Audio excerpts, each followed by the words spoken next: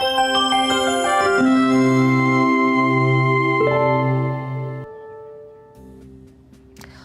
to our most festive and joyful episode yet of MATC Now. Not only will we get to see how people celebrate Christmas, we'll also see what activities we can enjoy with friends and family. Get comfy and be prepared for all this and more coming on MATC Now.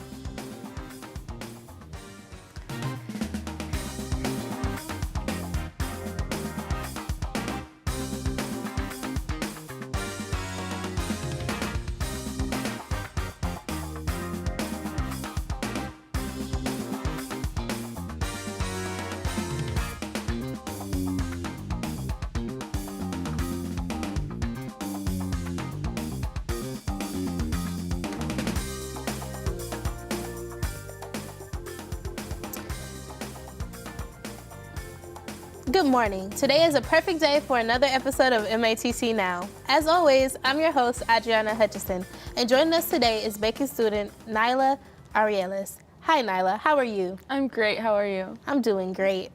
I'm glad you're doing good, too. Can you tell me a little bit about your program that you are here in MATC? I'm in the Baking and Pastry Arts program at MATC, and we're focusing on kind of just the science at first, and then we're going to move into cake decorating and chocolatiering, and it kind of covers all of your bases, and I really love it. Oh my God, that sounds amazing. I definitely have some more questions for later. As cold sets upon us, it's important to remember those who aren't as fortunate as others.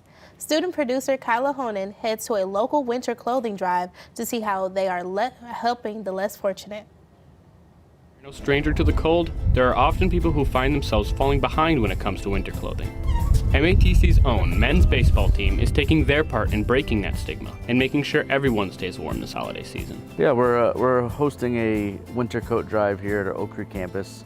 We're opening it up to our entire MATC community to donate.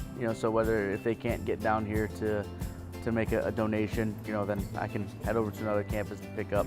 This is something we try to get going, and then we had last year's was difficult with not many people on campus, but we're hoping to get some steam and make this an annual event. We want to be part of the community here, our baseball team, our MATC community, as well as the surrounding that our school serves. It shows we are here and we're supportive and we care. So I don't know how many people we're going to be able to reach, but hopefully that this also sends a message that that it's okay to give back, and hopefully beyond just the donations we can get, it's kind of that paying it forward mindset. I haven't really put a quantity goal on it. I'm just excited by each piece that we can get, because we know that it's going to go towards somebody that is going to appreciate it and probably needs it more than the person donating it. The baseball team kind of takes home here at our Oak Creek campus with our baseball field being here, and I just hope that others can see this and they can find a way to donate, or also just kind of in the back of their minds that whenever another opportunity like this comes up, that they can find a way to help or go above and beyond and find that opportunity themselves to help somebody else out. Not only does the clothing drive help out the community, it also is a good opportunity for the players to participate. Just to continue to help them become good people on and off the field. It's something that's a big goal of mine. Stewardship, and leaving something better than when you found it. So, it's beyond just baseball development here for our guys. We want them to become, the best version of themselves they can, and that means that they need to have a role in their community and a positive impact on others. My job as a baseball player is to come and donate time or whatever to collect clothes for families in need. We want to raise the spirits of somebody else. So say you have a clothing item that maybe you lost love for, it could be something else that somebody else would love. So if you lose love for an item and you donate it, it could be something that changes somebody's life, like a coat for somebody in need. I mean, it could totally just change their table. The opportunity for growth, for the people that get involved, I think it's something good, and you could say whatever else is going on outside of here, that that they're still good people and that care about others. You know, I think that's a very important thing.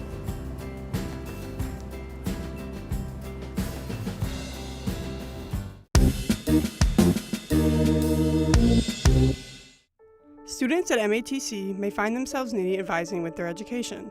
If that's the case, Tanya Torres of the Multicultural Student Services ensures success in your higher education. I always wanted to work with children, and so I have a bachelor's in social welfare from UWM Milwaukee, and I was a youth coordinator for the Ho-Chunk Nation for about 7 years.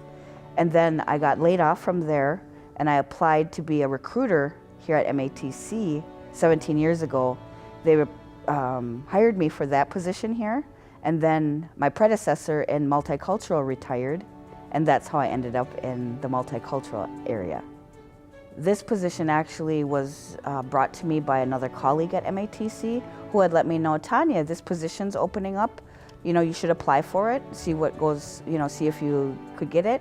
And so when this position did open up at MATC, I applied for it. I've learned so much in these 18 years that I've worked here, more than I ever knew before, and I'm still learning about MATC 2021, 17 years later. Daily responsibilities for myself in the Multicultural office would be answering phone calls, answering emails, talking to students about financial aid, talking to them about programs that they want to, you know, from registration to graduation is what I work with on a daily basis with our students. So I always recommend that they go to S215. S215 houses our Student Resource Center, so that is a major resource. I also offer resources in the Milwaukee community in regards to maybe a student is homeless, maybe a student has domestic violence situations in their home. So any kind of resource that can get them what they need in the community and at MATC. I make sure that they are well informed of where they can go for assistance. Mary Lang, an MATC alumni, relied on the efforts of the college during her studies in order to attain the skills that she uses for her professional life. I chose MATC because after researching the various schools and esthetician programs, MATC had one of the top programs in learning the various on-trend modalities and techniques, as well as the most current services that's being offered in the spa industry.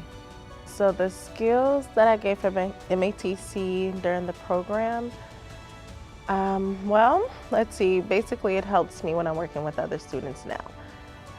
Going through from application through graduation firsthand helps me better understand the students that I work with and help them through the different struggles that they come across.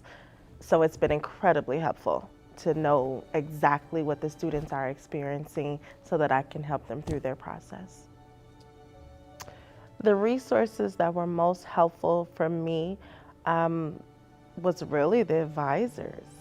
Staying in close connection with my advisors to know exactly where I was in the program, what I needed to do, anticipation graduation, and making sure I was on track, as well as the grants. You go through the advisors to find out a lot of that. And so my advisor was incredibly beneficial to me for that.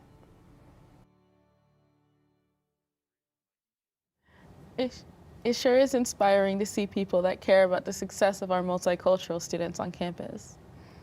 Yeah, it is. I'm glad we had a chance to see their success. I'm really curious about the baking arts. Could you tell me a little more about it? Well, it definitely is a lot more than meets the eye.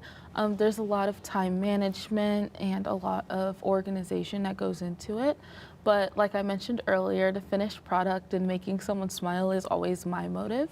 I started during COVID actually, and I noticed that it was kind of helping me with everything that was going on and helping me with my emotions, and that's what got me through the pandemic. So I just want to be able to give that feeling to somebody else.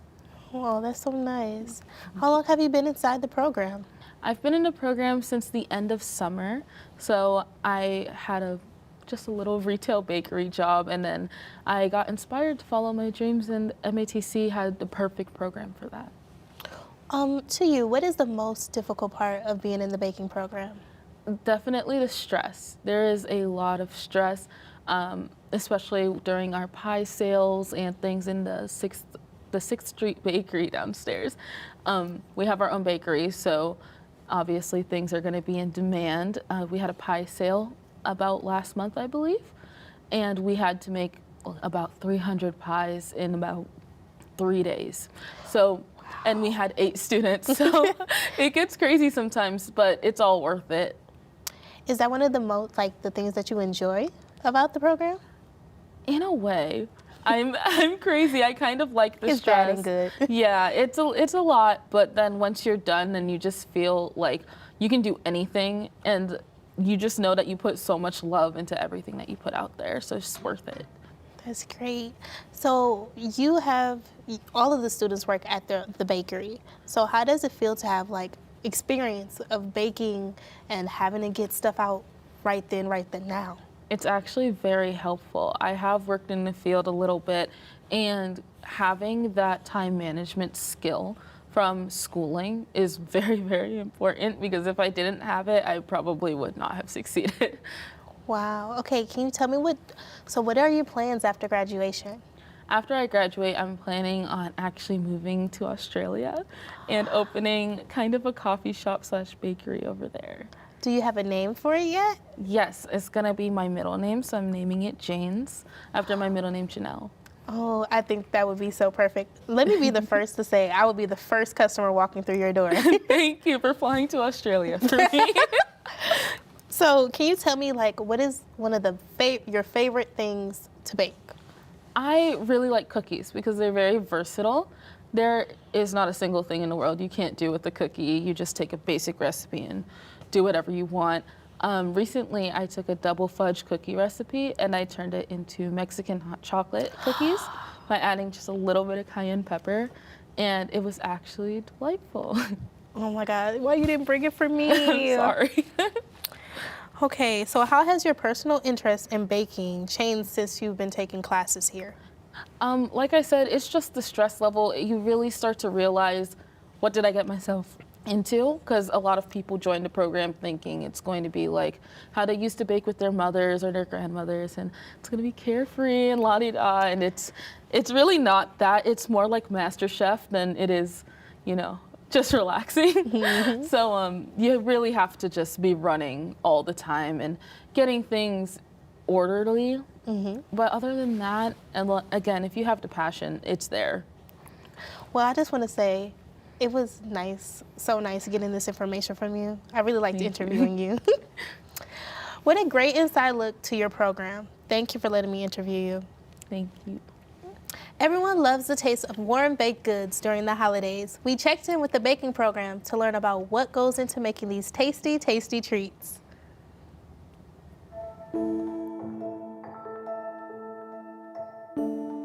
The Baking and Pastry Arts program is working hard every day to make tasty treats for everyone here at MATC. So we spoke to Chef Cheryl Miranda to learn more about what goes into making these tasty treats going into the holiday season.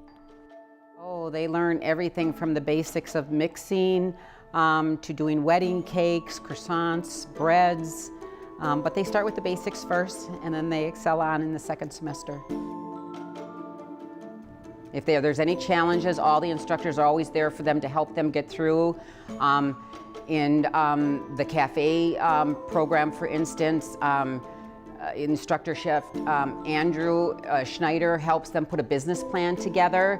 He wants them to see what it is to open up a business and what it is to succeed, and those are options for you, but he also wants you to know how much hard work it is to get to that point. So again, when they come into our program, some of them just want to learn how to bake. Some of them have the dreams of opening up their own business. We want to help all of our students achieve all those dreams. I felt like I knew some things when I came in, but I wasn't prepared for just how much I was going to learn. I honestly think that the teachers are probably the best part about the program because everyone is so passionate about everything that they're teaching, so I feel like that really makes the students more excited about the work that they're doing since everyone is just equally as excited. Baking and decorating is a science as well as an art. To make something beautiful requires tons of patience and hard work. The staff and instructors of the Baking and Pastries program have been really helpful towards the amount of time and effort the students have put into their work. One of their main projects being fully decorated gingerbread houses for the holiday season. We're wrapping up the gingerbread houses today, and I think that's been my favorite project so far. We put a lot of work into them, and it's really exciting to see them come together. So this year we only had a small amount of students enter just because our classes were smaller and COVID hit us really hard. But it's been a big event for us since 1995. The last decade or so we were at the Milwaukee Public Market, but again, because of COVID, we didn't have that outlet. So the Wisconsin Bakers Association has always supported us with the awards for the contest, and they helped us out again last year. Jessica Hoover helped us get everything online so we were safe and we could still have the gingerbread contest and not have anybody, that was in jeopardy of getting COVID or any other, issues that were going on in the world at the time. And we did the same thing this year just because of the smaller amounts of houses, and we weren't sure with everything that's going on. So it worked out well. We have 4 students entering this year. It'll all be virtual and online. They'll go out to restaurants and bakeries throughout the city of Milwaukee and the surrounding areas, and they can be bid on, and then they'll be displayed at those restaurants and bakeries.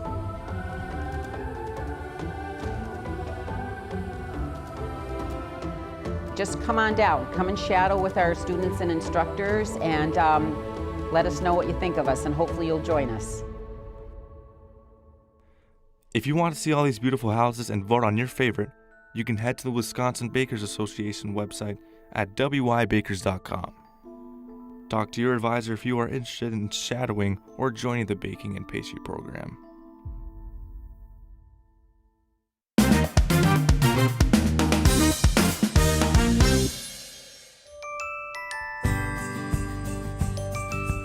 Thanksgiving has come and gone, meaning that the holidays are just around the corner. Christmas time is the highlight of many families all over the world. It brings so many different meanings to so many different people. And with MATC being a hub of diversity right in the heart of Milwaukee, students and staff were asked how they celebrated this special holiday. We typically have a big gathering at my grandmother's house, so it's where everybody comes and gathers and fellowship, eat good food. If we do an exchange of gifts or anything like that, it usually takes place at her house as well. Fellowship, sitting around talking, reminiscing, eating, enjoying each other's company, possibly gift exchange if we decide to do that year, but really just spending time with each other, just catching up. Well, we set up our tree like Thanksgiving or the day after. We spend a lot of time with family. We go overboard on presents like every year, and it kind of depends on if we go to Christmas Mass or not. Christmas involves a variety of different activities to partake in, such as setting up a tree, wrapping presents, preparing for Santa Claus's visit, religious ceremonies, along with plenty of decorating and celebration. We used to buy real trees. A lot of times some of our family members got older, not able to go out and get those, so basically we just decorate like an artificial tree. It might be a color theme for one year, maybe all gold or all red or blue or something like that with the decorations, but nothing really outrageous or out there with the decoration of it. I love hanging stockings. I always put a bunch of candy, little snacks in there. We like decorating the trees and the house and everything more than we actually like Christmas.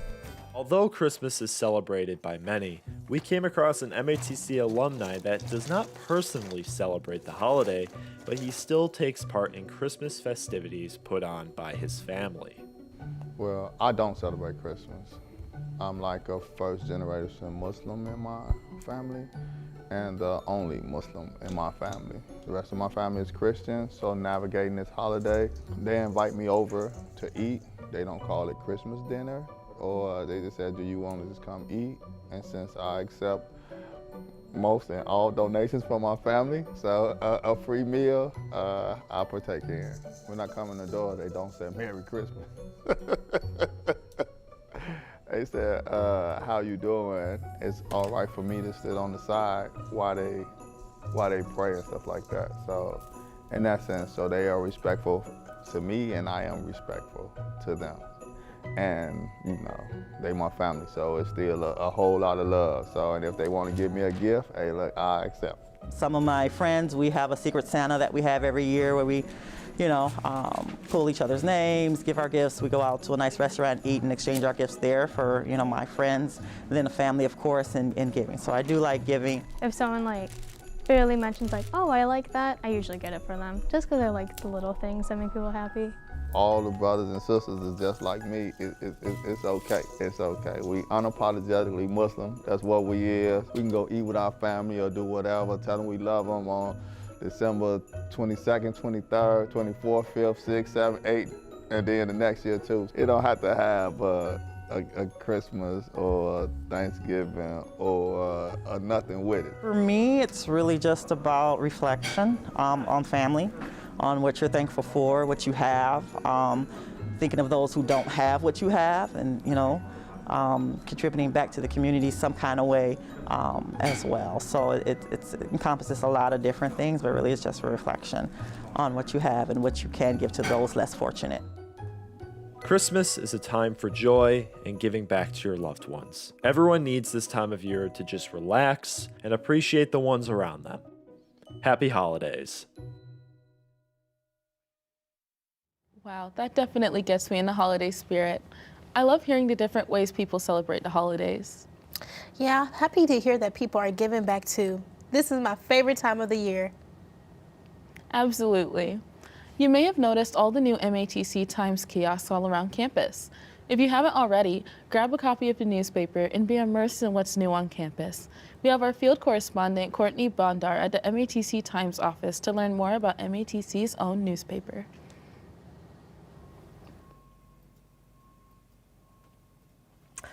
Thanks, Nailah. As you can see, I am catching up on this current issue of MATC Times. Right now, I'm standing at the MATC Times offices to speak with Editor-in-Chief Victoria McGee. Hello, Victoria. How are you doing today? I'm doing great, Courtney. How are you? Doing just fine, thank you. So could you talk to me more about MATC Times? Well, the MATC Times is a student-led, student-run newspaper. We've worked really hard to try to get important issues out to the student body, as well as the overall MATC community. Of course. Now, could you talk to me more about your position as Editor-in-Chief? What is that like? It's very busy. Yeah. I do a lot with the help of other staff members and editors, but primarily I hold the glue together. I'm the glue that holds everything together. So whether it be with meeting with reporters, writers, photographers, and illustrators, whatever they need, I try to help them out with it. Of course. So could you explain how stories are chosen for the Times? I mean, this is phenomenal. My favorite story was this one. You could see how well crafted it is. Could you explain that process? Sure. Actually, the story your favorite story is about the community arts project that we had going on this year. And it's funny you mentioned that because currently there is a request for more. So we're having another one next year. The deadline for that is the 31st. So if there are any artists out there who would like to have their work submitted, check out the MATC, the college's website. Wonderful. So now, speaking of the articles, like I said, it's phenomenal, and the color too is just vibrant. Could you talk to me about the process of printing and just using color with your newspaper here? Yeah, well, MATC is one of the few colleges in the country that has its own print services right on campus. Wow. So we use the print services department and their fantastic 5-color Heidelberg press machine to print our paper. And in fact, our paper is so beautiful that we actually have merchants in the area of each of our campuses who want us to bring them copies so they can hand them to some of their customers. I don't blame them. I mean, I'm going to grab a copy myself. So I've also noticed too that you've won many awards. Talk to me about the awards that you won. And well, the Times has been around for 60 years, and in that 60 years, we've won 13 Pacemaker Awards, which is the equivalent of a Pulitzer. So that's a top newspaper award in the country. Along with that, we have a lot of students who have won awards, including one of our photographers who's right here. Our photo editor, Celine Cotton, was chosen as one of the top photographers in the state of Wisconsin through the Wisconsin Newspaper Association. So we're very, very proud of what we have here. That's really cool. So you guys are an independent newspaper. Could you speak just a little bit about that? Okay, well, being an independent newspaper means that we're student-run and student-led. So the students come up with ideas, the students source their own projects, and we create the content. Good. So we are running out of time. Okay. But thank you so much for sharing about MATC Times, and be sure to watch out for the next issue coming up on December 16th. Now it's back to you guys in the studio. Thanks, Courtney. I'll have to check out the new kiosks and grab a copy to read in my free time. Yeah, I definitely agree. MATC having our own newspaper is a great way for students to stay up to date. Now let's check in with Chef James and see what he's cooking up. Now, I don't know about you guys, but the holidays are just around the corner, and since it's a holiday special, there's plenty of treats to be made. Of course, cutout cookies are super popular, but the treat we're making today is super special, at least in my opinion. It's the Crispy Holiday Treat.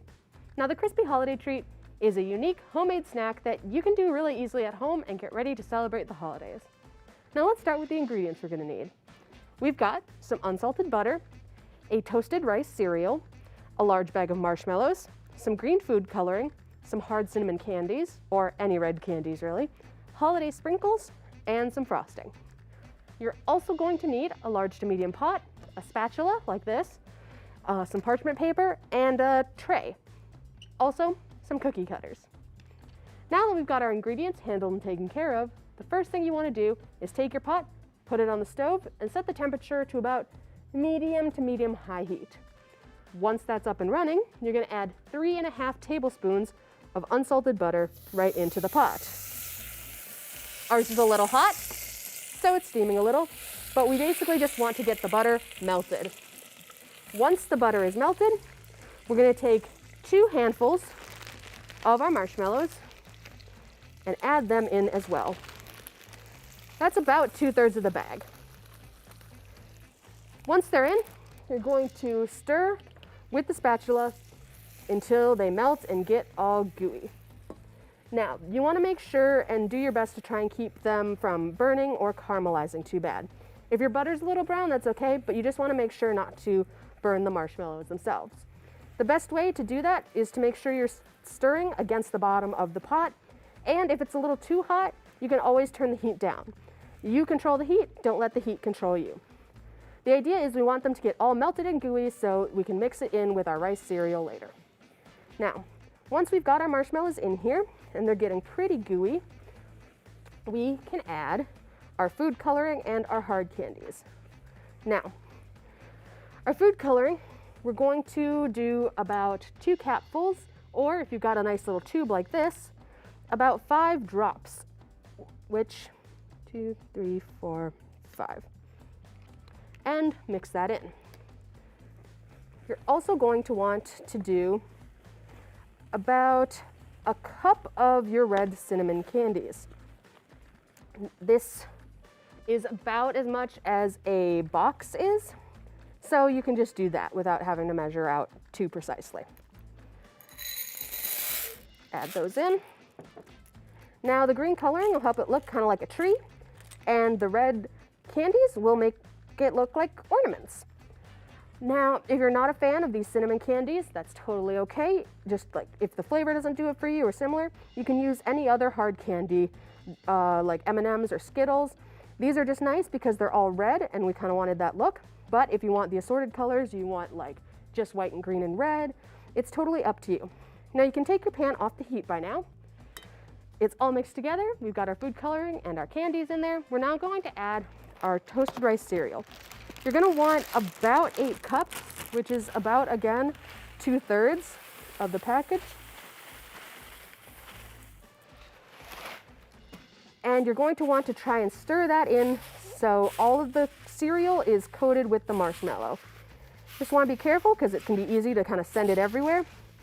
But the idea is you just want it to be kind of evenly distributed throughout. Now be careful with your spatula and be careful that it doesn't spill too bad, but you should get it nice and mixed together. Now, once you finish stirring the product, it's almost ready to go. You're going to put it in to your tray, which you've lined with parchment paper. Scoop it out. You might need to scrape a little, that's okay. And put it in here. Then try and even it out in the pan as best you can. Pat it out. And there we go. Now once that's done, you're gonna pop it in the fridge for about 30 minutes to an hour so it can cool. You want it chilled before you cut out shapes. Now I've got one that's already been chilling for a bit, so I can show you that the next step would be to take your cookie cutter and cut out whatever shapes you'd like. You can also decorate it with the frosting and the sprinkles to make nice little decorations, add some tinsel or more color. Luckily, I already made a few of them, and oh my jingles, do they look good. I can't wait to try out these special treats I made and share them with you back in the studio. James, can't wait to get some later. Now let's see what Audrianna has for us in today's MATC Minute. Is your graduation finally coming around the corner? December 17th is the big day for winter graduates. As we get closer to celebrating your accomplishments, don't forget to check your email and claim your tickets. All basketball fans, this week we are taking a look at college athlete Mason Johnson. This week he's named Player of the Week and the team is ranked 6th in their division. The free throw line has no chance against him. Be sure to check out the basketball schedule. Love the MATC Community Art Collection? MATC is creating a collection of original art pieces to be displayed. This will show recognition of shared history and diversity through the art pieces of students, alumni, and local community members. Applications for community art and sculptures are due December 31st, 2021. Before winter break comes, don't forget to complete your FAFSA. If you need any assistance, student financial aid workshops are back. Attend a workshop or visit in person at the Admission Center on campus. Monday to Thursday, 8 a.m. till 6 p.m. and Friday, 8 a.m. till 4 p.m. Thank you, Adriana, for all that wonderful information. Now let's keep this spirit going and dashing through the glowing holiday lights with student producer Genesis Lopez. Hi, I'm student producer Genesis Lopez, and this is another Hidden geMKE.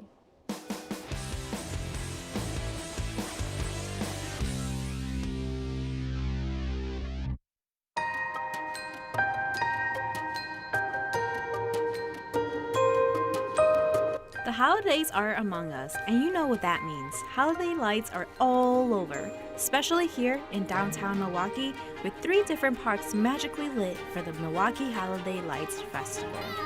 Come take a stroll with me through Cathedral Square, where over 100 evergreens have sprung, and where each tree has been decorated uniquely with handmade ornaments and garlands by 70 schools and businesses from the area. Cathedral Square also offers a special mailbox for your letters to Santa. No postage is required, but just remember to include a return address. Zeidler Union Square and Pierre Marquette Park offers lots of cool backgrounds you could use for taking the coolest Christmas selfies with your friends, like this oversized chair. And can't forget about Milwaukee's stunning chandeliers down Wisconsin Avenue, bringing so much joy as you drive through. The Milwaukee Holiday Lights Festival is a Midwest tradition coordinated by Downtown Milwaukee, held from November 18th until January 1st. With so many magical scenes to witness, this is a perfect holiday tradition for you and your family that you won't want to miss. That's it for today's Hidden geMKE. I'm Genesis Lopez, and make sure to stay warm out there.